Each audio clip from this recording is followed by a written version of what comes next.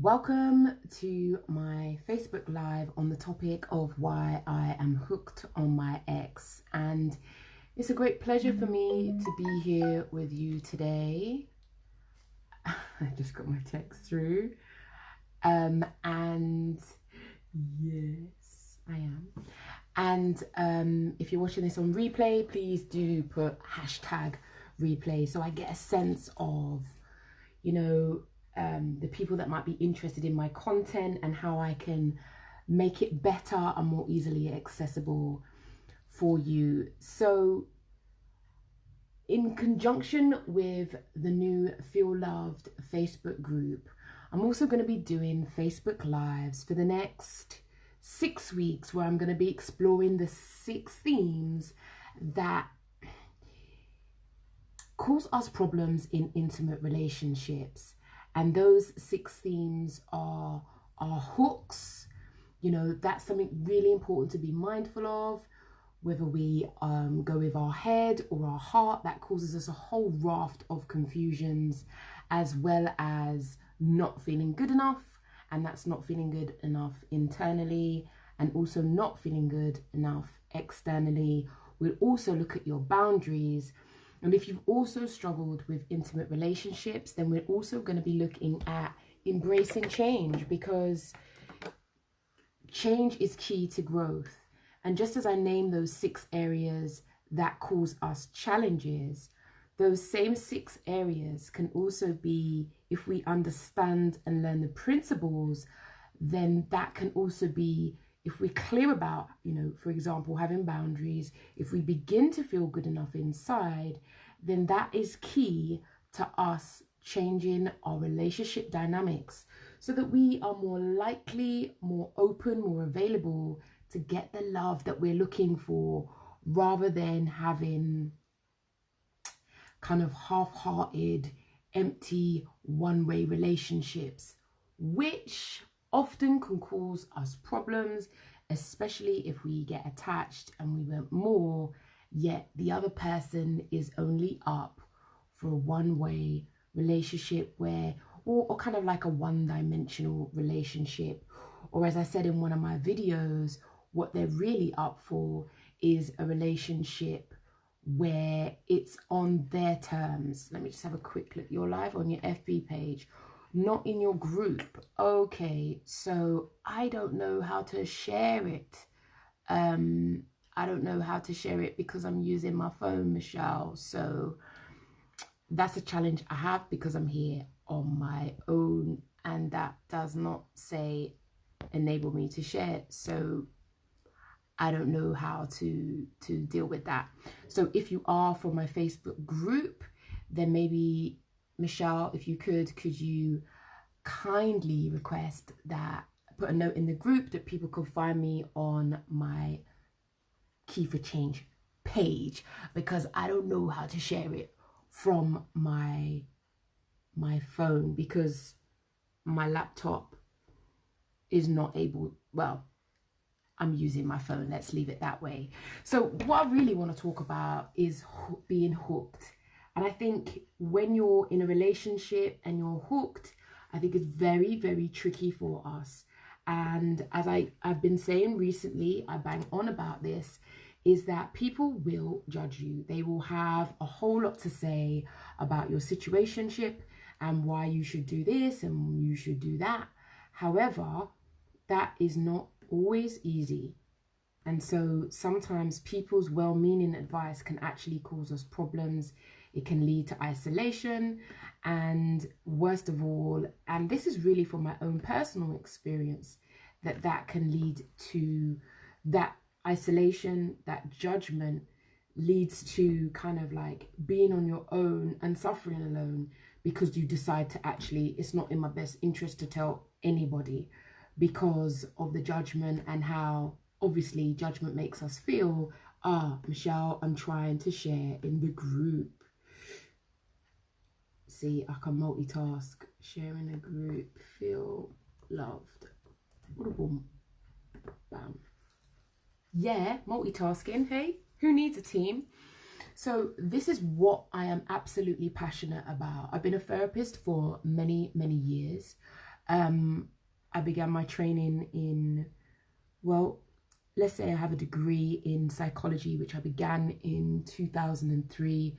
And then I've been basically just following my passion and learning about myself all along in that process. So it's now what, 2019? I can see myself on my own page, which is really bizarre.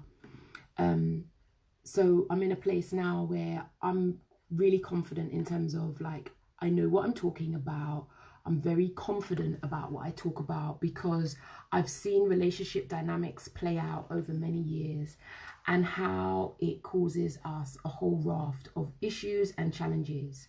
So one of the dimensions that often comes up is kind of like a bafflement about being hooked on someone, where sometimes there's been ill treatment, sometimes someone's not been particularly kind to you. Let me raise my chin. And yet, in spite of ill treatment, in spite of your frustrations, your hurts, you continuously go back into that relationship. Even though you know it's not good for you, you're aware of the problems and the issues. However, what I also notice is that a vicious cycle can often happen in that situation, which often results in us kind of like getting caught in a double bind where we know something's not good for us. However, our own behavior is problematic because we keep going back to that individual who we know in our heart of hearts, we know maybe that situation, or even like that person may not even be a bad person. You may not be a bad person, but actually together, the dynamics together, it just doesn't work for whatever reason. But you're hooked into that relationship. And so one of the things that I'm always intrigued about for anybody I'm working with is what hooked you into that relationship. Because sometimes we can be in situations where we're not bothered, maybe you're being pursued, but the tables turn. And so when the tables turn, I always find that particularly interesting, and I'm always intrigued about what was the particular point that made that kind of when you knew it shifted over and that actually you were invested in the relationship. And so why I'm so adamant about exploring what our hooks are is because I truly believe that actually our hooks reveal a great deal about us. Yeah. And as someone who's a psychotherapist, who's always interested in your world, how you make sense of the world, I'm forever intrigued about what it is in that relationship. What is it about that person that's hooked you in? And actually, in spite of your logical head and your friends or family telling you maybe you need to leave it alone, don't go there, that you kind of feel like compelled, or worse, sometimes we might actually feel like we're under a spell. So if you're out there and you're watching, or you've got any questions or queries, please put them below, because a girl like me welcomes interaction, because otherwise I just be talking here all by myself, and I really don't actually have a problem with that, but it would be nice to engage with you. And like I said, like, knowing our hooks is very helpful, because one of the benefits of knowing our hooks is that if you have a propensity to go into relationships where it ends up being one way, where you give and you get little in return, then starting to understand what your hooks are is particularly important. Why is it important? It's important because you may actually go for somebody who's actually not good for you, and you may have a type. And for anybody who I've worked with, I believe that if we keep having a type, you'll know that I'm always interested in patterns. What are the patterns that keep being repeated again and again and again? Now, you may have met your Derek, your Desmond, your Tom, Dick, and Harry. However, they're all individuals, but there's a common thread that goes throughout. And if you find yourself in situations where you keep meeting the same type of individual, let's call him a bozo for shortcuts, because sometimes they are, then it may be helpful that we start to kind of like think about what hooks you into those relationships. Because ladies and gentlemen out there, it's really important we understand our hooks, especially if you've worked out you have a type, you keep repeating patterns, you keep on being used, abused, or you keep attracting takers, then knowing your type is particularly important. Why? Because you can then notice when they come your way, and then you can be empowered as to whether you want to continue to kind of pursue that relationship, or you want something different. And that's the beauty of like trying something different, is because if you become aware of your hooks, because you're aware that your patterns are unhelpful and that you keep on finding the same types of people again and again and again, and even though they're all different, there's a sana like it just keeps on, like you keep on repeating the same mistakes, then I think it's really prudent that you become aware of your patterns so that you are able to make different choices if your relationship patterns are unhealthy for you. And so that's one of the aspects I believe is really important, which helps us move from being a perpetual victim. Because if you're someone who's a perpetual victim, then you'll believe, this is my lipstick here, that things just happen to you, like, oh, it just happens. Well, actually, I think if you're not woke, you believe things just happen to you. But actually, we are really quite like instrumental in creating our realities.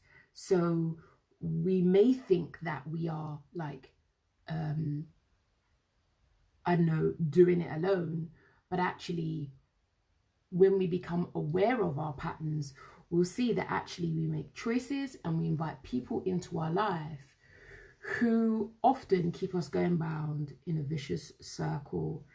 And so that's one of the benefits of becoming increasingly aware about what hooks you in.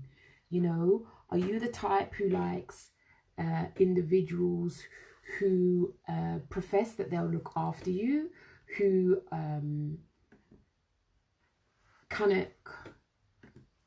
who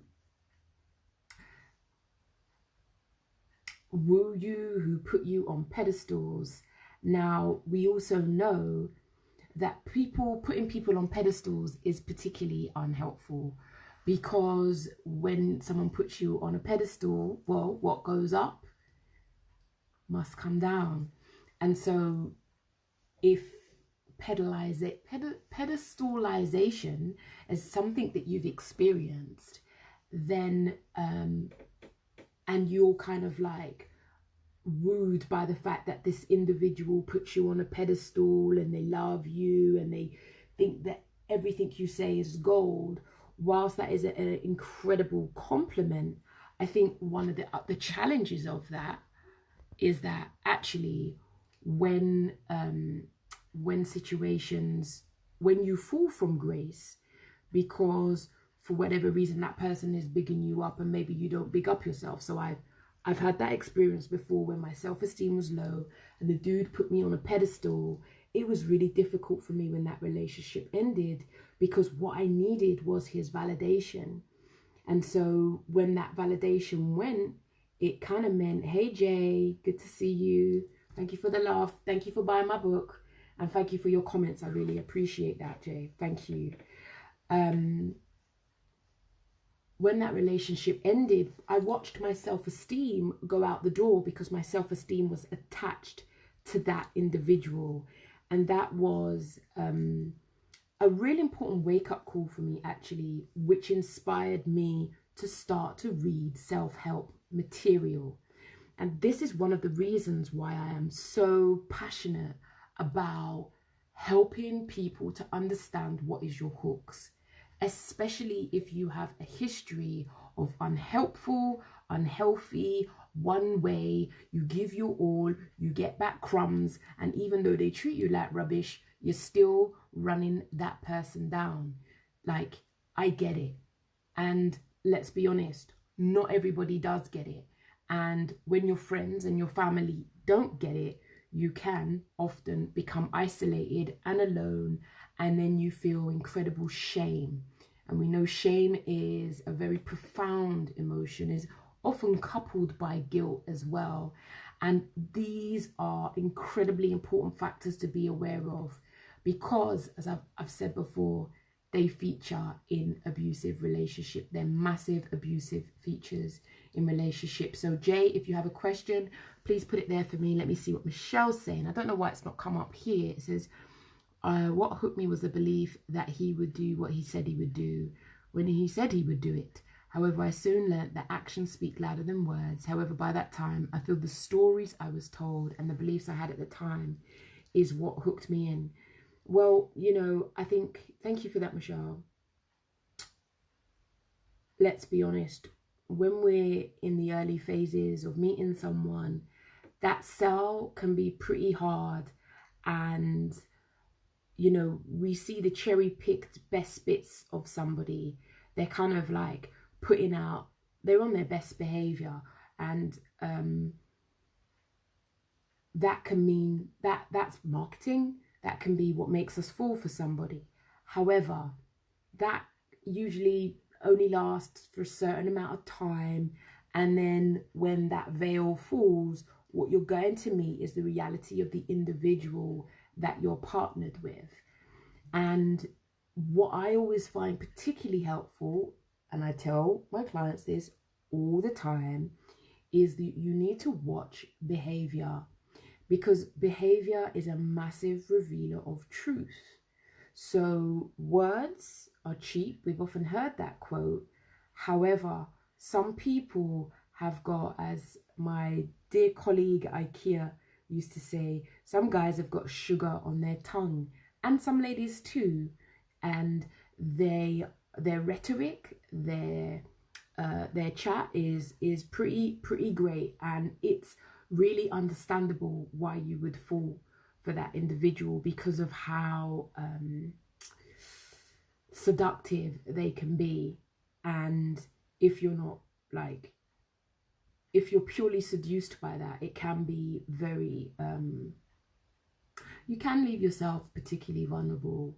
And I think what is really important, in spite of what, or in terms of like the big talk, how you were seduced, how you bought into the relationship, I think what is really important is when you see anomalies, when you see problems, it's early days, you're still, you know, wearing your matching bra and knickers and you're maintaining your shaving and all of that stuff.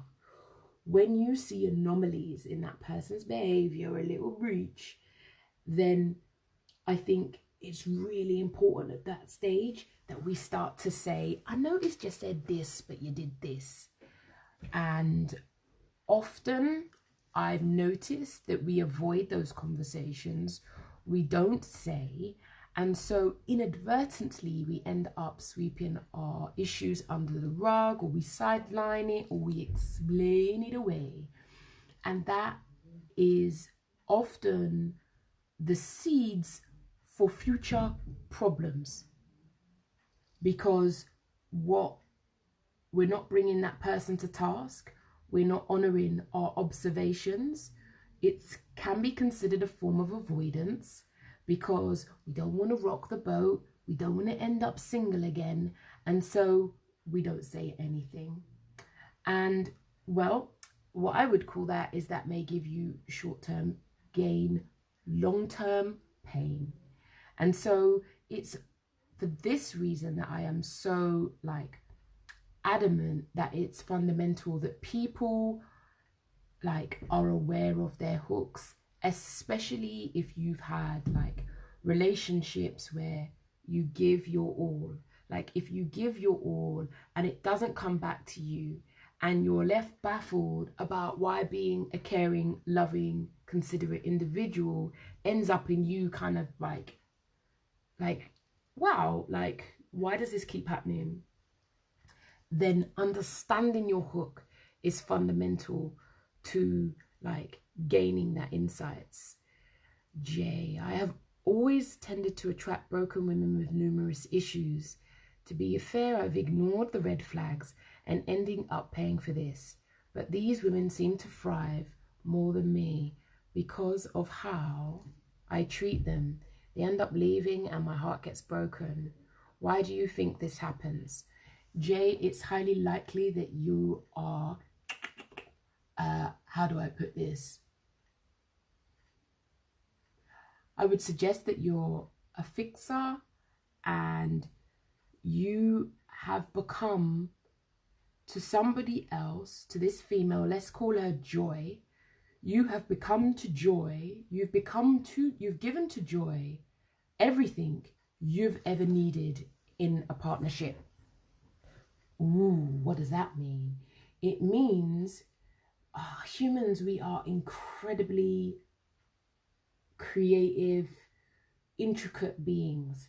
And what we can often do is we can get our needs met vicariously. So potentially by you trying to fix her, because you say you go for broken people, there's a benefit for that for you because you become the rescuer.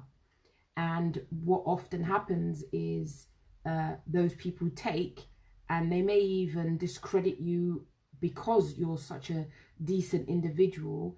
And so they thrive off of you, they benefit off you, and then when they no longer need you, or they lose respect, because I think we also have to be mindful that actually people can see you as a bit of a pussy if you perpetually give. I'm going to be real about this. Why beat around the bush per se?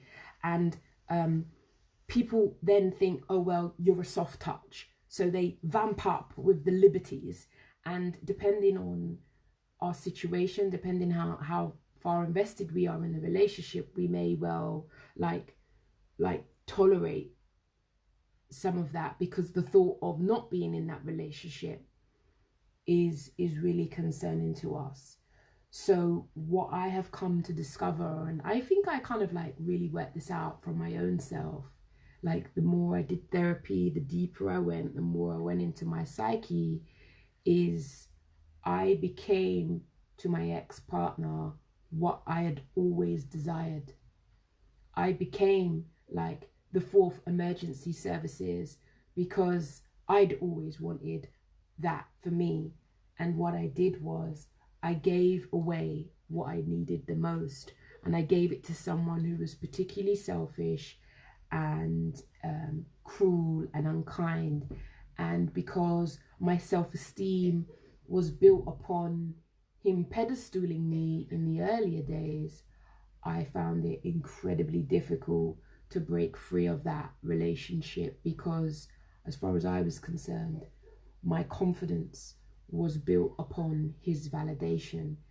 And actually I benefit, it made me feel good perpetually rescuing him and finding solutions to the mammoth problems that that individual created for themselves. And so what I would say to you, Jay, and I hope this is helpful to you, do give me a thumbs up or a thumbs down so I can get a sense. Feel free to ask me another question. Is that my ego got fed from being the good girl who helped out her boyfriend with all of his problems. And what I had hoped was that that would be mutual, that when my back was against the wall and I needed the support, I had hoped that that would have been forthcoming. I would have got a ROI, return on my investment. That didn't happen, because when I needed his help, it was clear that the relationship wasn't built on a two-way reciprocity. It was based on a one-way, you give, I take. And so, like, when that really became clear was when I saw that he was taking his own money and making investments to purchase vehicles, properties in other countries. And I was like, but we'd never explored any of this. And that became really clear to me that I was like on my own. You ever been in a relationship but felt on your own? It was a really difficult time for me, because I realized when, as children, come into relationships and responsibilities and routines, that dullness was not excitement. And so I guess, the help that I'd given, I'd hoped I would have got back, and that it became crystal clear that that wasn't going to happen. And I realized that actually I was in a very precarious predicament. But not only did I realize, but I also kept going back and in and out. And I've later come to understand that that was a narcissistic abusive relationship, and that has been like fundamental to my career. And I am very blessed that I have been able to harness that adverse experience for the greater good of others, and by virtue of that I benefit from it myself. Thank you with regards to that being the nail on the head. And so, Jay, that's the reality of the work that we're looking at here. It's about how can you now begin to realize, wow, I gave away everything I needed for me. I gave to somebody else, to the point where I put myself in a precarious position. When I was training as a therapist, they said that, helping people, it's not about getting in the ditch with somebody. It's about making sure you're secure on the bank and being able to extend that hand down to assist somebody else to support themselves, to get themselves out. And actually, when I perpetually found myself in relationships with needy people that I felt that I could come and rescue, actually I was feeding my own need to rescue someone, but also avoiding doing the work on myself. And that is the gift. If you can learn and understand the lessons from your adverse relationships, I believe you will come to see that there is a message in the mayhem. There are life lessons in the mayhem, that if we can stop blaming that person long enough, we may have the privilege of learning about ourselves and about our behavior, and maybe about where and why that comes from. And if we are prepared to take that journey, it can be life-changing, and it most definitely has been for myself. But I think the challenge with doing the introspection, looking into oneself, is that it requires us to take radical self-responsibility. And I think radical self-responsibility is something that means we can no longer point fingers and blame other people, because it's about me looking at me and actually, what responsibility do I need to have for myself? I see a wow there, Jay. What makes you go wow? I would be really grateful to know, because it's good to know. So 34 minutes and I'm still talking. Where was I? I was saying that I'm saying that I'm really privileged that I was able to turn that adverse experience to my advantage. I hit the books, I read books, I bought books, I then began to really seriously, and self-help books, I'm a big fan of them. However, the biggest challenge with self-help books is that they require us to take action. And if we read them, they go on the shelf, and then we buy another one, we buy the series, we buy the journal, we buy the bag, we buy the whistle.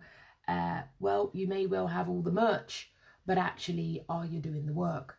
Because if we don't do the work happens through experience, because I believe experience teaches wisdom. And so I think one of the things that I'm particularly great at is I apply the knowledge. And I think that's like, was really like fundamental. It's been fundamental to where I am today. So not only did I begin to get meaning for my adverse experience, I understood it at a deeper level, and then I began to take steps to continue to pursue psychology because I absolutely loved it. And so to this day, you know, I say hats off to my ex, because, you know, he's been fundamental in inspiring my career, because that situation has been like life-changing, and I'm through it now. And when I was going through it, it was incredibly difficult, no two ways about it. But now as I look back, I'm very grateful for the life lessons that came from that situation. So here we have a question. Michelle, I'm not too sure why your questions aren't coming up on the feed. However, what advice would I give a friend who continues to go back to her ex? Well, I guess it's about, I guess I would have to work out whether the relationship's abusive. Let's presume it is. I think one of the things I might do would be to like maybe signpost them to self-help books or YouTube videos. You know, I mean, there was no YouTube in my day, but reading was particularly helpful. Sometimes I might take them to a workshop, because people are going to do whatever they want to do because it's free will, it's a process. But as a friend, I think it's very difficult to watch your friends decline in an intimate relationship, especially if you're watching them deteriorate. That's very, very tricky. And I think sometimes it's important to have difficult conversations. And sometimes it may be, how do you choose to communicate with that? You might send a voice note, you might send a message, you might write a letter, however. But it may be about you sharing your concern with that individual. And, you know, sometimes these things can actually have a really adverse impact on the relationship, where you may find it very difficult to watch someone's decline. And I truly respect that. And if I think about my situation, when I was in such a similar situation, I stopped telling my friends in the end, you know. I just began to stop telling people because of the judgment, because of the humiliation, because I felt like a fool. So here we go. She's very sensitive about her man. She can't vent. However, we as a circle of friends cannot. Well, that all sounds a little bit controlling. And I think sometimes we have to use discernment. But also, sometimes I am a massive fan of this, and I'm not too sure if it's, if I love you enough, I am prepared to sacrifice our relationship. And so that may mean it's not about making an ultimatum, but sometimes it's about telling someone an uncomfortable truth. And if they choose to block you, delete you, or don't want you in your life, fair enough. I love you, you're my friend, I care for you, and I'm watching you do this. It feels very difficult to be able to communicate with you, but my conscience won't let this sit on my chest, so I'm sharing this with you. And I think if you lay your cards on your table and you know that your intent is good and you come from a good place and you want the best for that person, sometimes, as Tony Braxton says, we gotta let it go, we gotta let it flow. And we may also have to put boundaries in place with that individual, because we're going to be clear with them, like, this is my stance, like, I see what you're doing, but I find it very difficult because they care about you. And so maybe it may be best if, I don't know, like you might have to put boundaries in place. Or another thing you might do is signpost them to agencies that might be able to assist them. But also remember that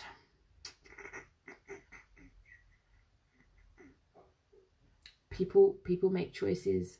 And I was going to write about this, like, you know, people gave me advice when I was in my darkest hour, and my self-esteem was as such that I couldn't take it. But when I saw Karen from IKEA just this week in Brent Cross, I thanked her for her advice when I was going through my abusive relationship.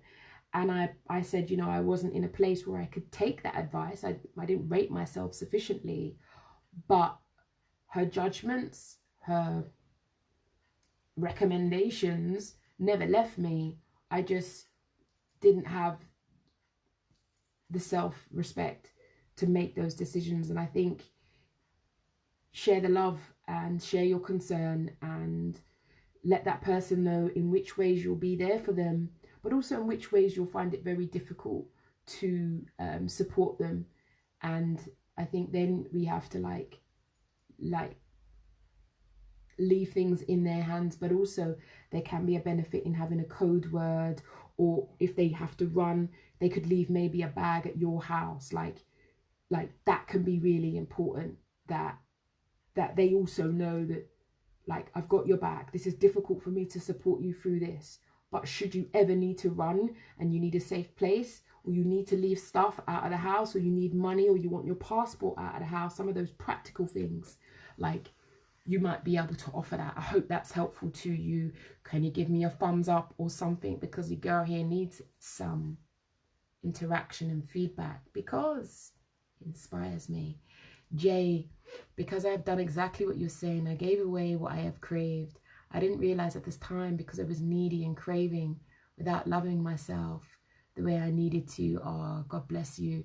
God bless you. God bless your courage, and God bless your like sentiments, because, you know, like, I've done like years and years of work on myself to be able to just sit here and wax lyrical about my situation. And I do that not because I have any grudge towards my ex, but because, you know, why not talk about my situation? Because it's what got me here. It's been the vehicle that has got me here. So can you comment on the FB Live? It's been the vehicle that's got me here. So, you know, like, I'm not your kind of like abstract therapist who doesn't talk about their like woes and their hardships. I'm real, like, I've been there. And I think it's really beautiful when you can peel back the layers and actually identify that actually from that relationship, I was being everything I had ever needed for me. Isn't that not wisdom? Isn't that much more empowering than sitting there slagging them off, getting angry? Could they do this to me? I don't know how they did it to me. You just took advantage of me and they took the mick. Like, you're missing the point. The massive point is you actually co-created that situation. And so as you illuminate that, as you shed a light on that, or you look at that critically, I always say this to people, they may not like it. What is this teaching you? Because if we can learn that lesson, that uncomfortable lesson, we may have the privilege to realize that that adverse relationship is revealing a lot about who I am. And actually, now I need to journey within. You know, so Jay, I hope, sounds like, you know, with your degree of openness, that you've discovered that actually the journey is within. And so, you know, as someone who's kind of like done the work on myself, I no longer find myself drawn to the types that used to float my boat. I find that actually we pass each other like ships in the night, because I'm not pulling into them, they're not pulling into me, because, you know, I've healed that aspect of myself. So that's no longer it's not even I don't even have to think about that And one of the ways, and I did a video about this last night, is as someone who used to attract takers and who would give and give and give until I left myself dry. Well, not even dry, I left myself in debt. So, because I took out loans for individuals to buy cars, for God's sake. Because, you know, I used to lend them my car and then they used to take the mick with it. So I thought, well, if I get a loan, then they can get a car. And they did. And then they didn't pay back the loan. A liberty. And I still went back. What is that? So what I'd also say is one of the skills that has been particularly beneficial is over the years is having the courage to ask for what I want. And that is a real game changer. I did a video about it yesterday, but I could talk about it all day long. Like, asking for what I want is a massive game changer, because what happens is takers a bit like, I don't give, I take. And so what happens is they like, you'll see the meanness as they might begrudgingly give you something or buy you even a drink or pay for a meal. You'll see their tightness ooze out of them. And for me, as a psychotherapist, as someone who studied psychology for many years, that always gives me great insight into that individual and helps me to reprioritize their area of importance in my life. Let's put it that way. And so, Jay, you know, my hope is that you like learn to like play with this a little bit. You learn to experiment and test out different things with people, and you know, it feels like you're a good heart, sensitive soul who's got lots of love to give. I can assume that about you, lots of love to give. But actually, you know, I would say my encouragement to you is to try to find someone who isn't broken, who's, you know, like, who's content in themselves, because then that's when you're going to be truly challenged, because you won't be able to go back into your normal rescue mode, and actually you'll get to experience a different side of you. And that is something that I've experienced as I now invite different types of relationships into my life. Michelle is rebelling and not asking questions on the live. So let's go here. What happens when you ask for what you want but you don't get it and you are deeply in love with this person already? Well, if you have already set yourself up with a relationship which is one way, and then you start to practice, you might have been watching your girl Key, downloaded a couple of videos, subscribed to my YouTube channel, and you're like, right, I'm going to ask. The challenge is, it's a bit like a phone contract. You signed up for terms and conditions based on you being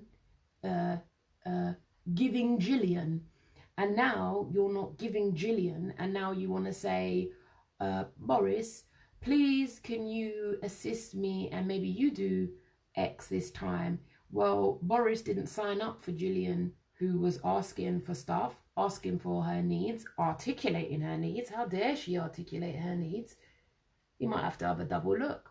So he's going to find that particularly problematic because you're changing the terms and conditions.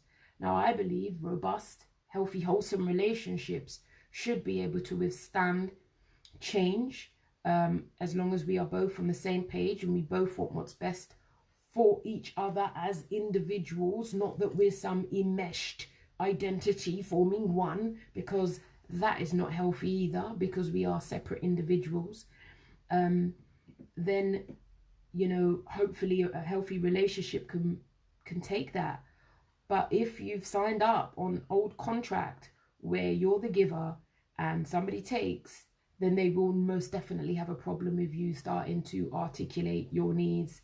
And it's likely, not always, but there will be some turbulence and potentially relationship casualties. And, you know, that can be sad, that can be tragic. However, we may want something that's 50-50 because we also know that doing that, just giving, and no one seeing you with having any needs is a recipe for, one, mental health problems, breakdowns, and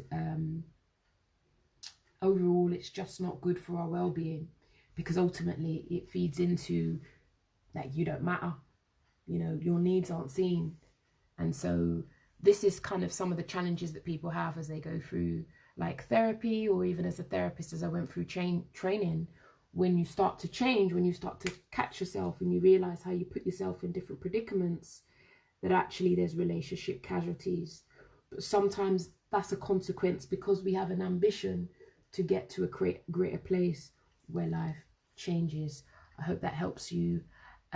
Michelle, can you give me a like or a thumbs up, please? Because I love the love. And so here we have JL. So true, I did, but I can be happy it ended because it forced me to look at myself, and this journey I am on is amazing. I discovered my true worth and know what I deserve, what I will tolerate and what I will not. Jay, I think that's a beautiful sentiment about like adversity, and like if you are the brave hearts who are able to shift beyond blaming somebody, that actually it provides an opportunity for self-reflection, a life evaluation and redirection in terms of what will you do with your energy. And that is something that is a part of my Feel Loved program. I talk about one of the end modules is about embracing change and redistributing your energy. Because if you're into the kind of like everything in life is energy, and often we throw our energy into situations, things that we can't change, and that is a factor that fuels depression and anxiety. So you being there cussing and cursing and holding on to resentment and frustrating about Bob and how Bob treated you is energy. And like for me, the energy that I used to take to then like focus on my ex is the energy that I took to create my business. It's the energy that I took to read psychology, to study psychology for 4 years at Brunel University. It's the same energy that I took when I went to Metanoia to do my master's in person-centered psychotherapy. It's the same energy that I used when I worked in prisons, learning about cognitive behavioral therapy programs in order to look at offending behavior. Everything is energy.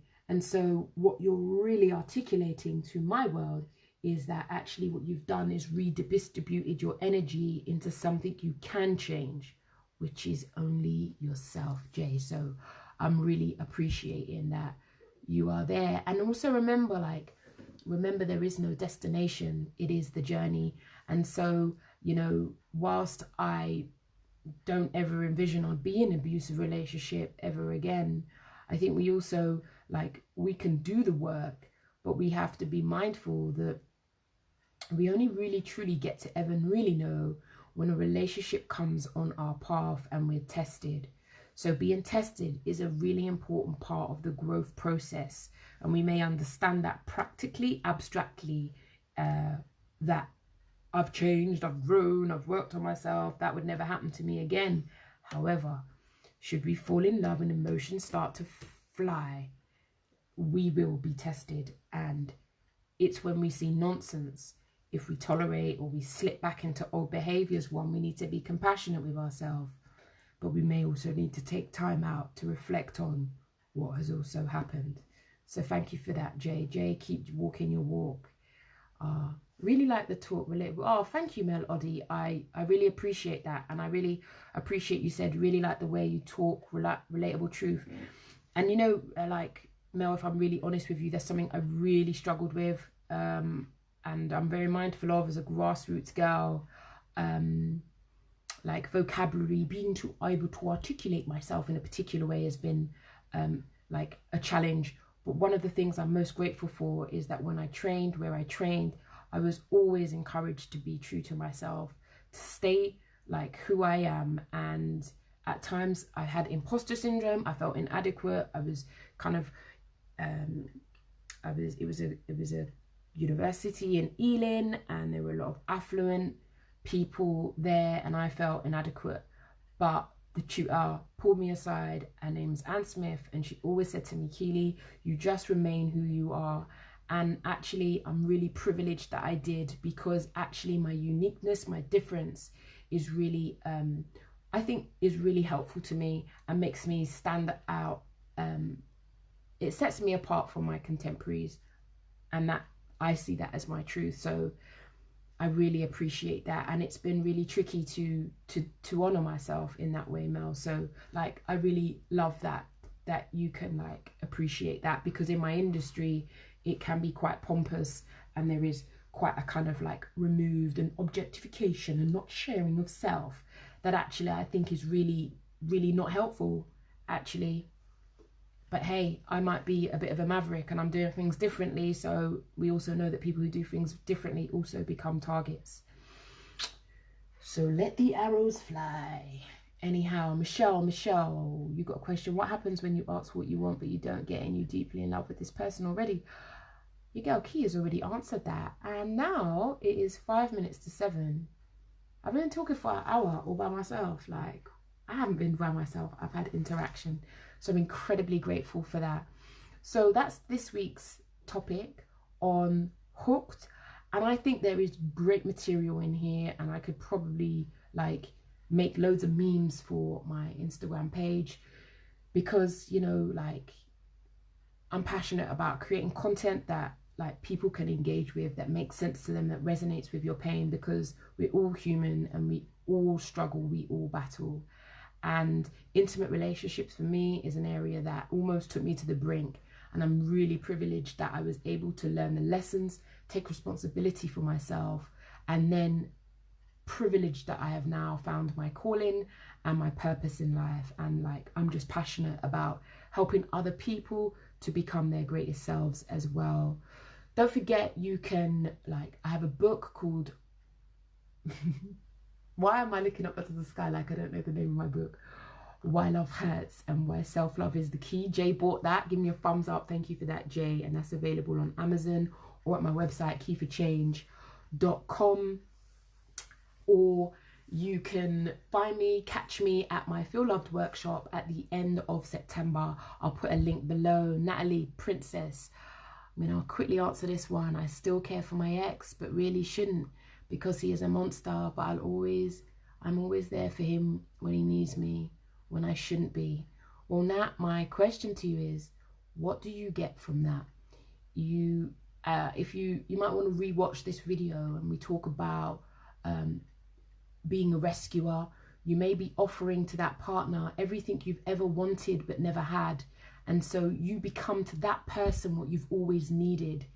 And if you're anything like me, I had to get to my rock bottom before I woke up. My relationships, my financial situation became dire. I left and I went into a hostel. That's when, you know, when my back was against the wall, I really had to take a hard look at my life, because everything I was giving away was actually what I needed. And what I would suggest is, when you give abundantly to somebody like that, you actually are not doing the work on yourself. And so it can be a form of avoidance. If you take that energy and work on you, look at what you get from rescuing others. Because remember, sister, no one's coming to rescue us. And if you're with a taker, they will just bleed you dry. And when they're ready, they'll even cuss you for it. Calm. It's prudent that we get to grips with what do we get from it, because it's actually not his fault. Because if someone gets a free ride, they will ride it. It's a bit like if you go on if you go on the train and the doors are open, like, people will get on the train for free. So if someone's got an opportunity to ride it, they will ride it and have no regard. So it's your responsibility to take care of yourself. And as I said before in one of my videos, sometimes we have to override our emotions, and we have to use logical thinking. And as Usher Raymond said, sometime you gotta let it burn. And on that note, it's been a privilege. I thank you for your comments. I thank you for your engagement. Next week, I'll be here. I'll be doing the same, well, it'll be about love and intimate relationships, but we'll also be looking at head over heart. Are you someone who goes with your head, or do you go with your heart? You know, Gail Key is a heart-led person. However, being purely led by my heart has caused me a raft of problems. And so now I try to get a nice happy mix of heart and head, so I make logical decisions. If this might be a benefit, this video might be a benefit to yourself or a friend, please do tag them in the comments below. I appreciate your love, appreciate the support. I appreciate your time. I appreciate your questions. I appreciate you asking. I am privileged to be able to answer that, because sometimes I just feel like, what do I do with all this insight I have? What do I do? Okay, so I wish you all the best. You are, oh, thank you, PP, Parkinson Priscilla. I appreciate you. I appreciate that. Thank you very much. Don't forget, you could also find me on Instagram. I've also got a YouTube channel. And if things are really in a pickle for you, don't forget, you can sign up for a Talk with Key chat, where we can do a fact-finding call just to find out what might be going on for you. Remember, do take care of you, because if you don't, no one will.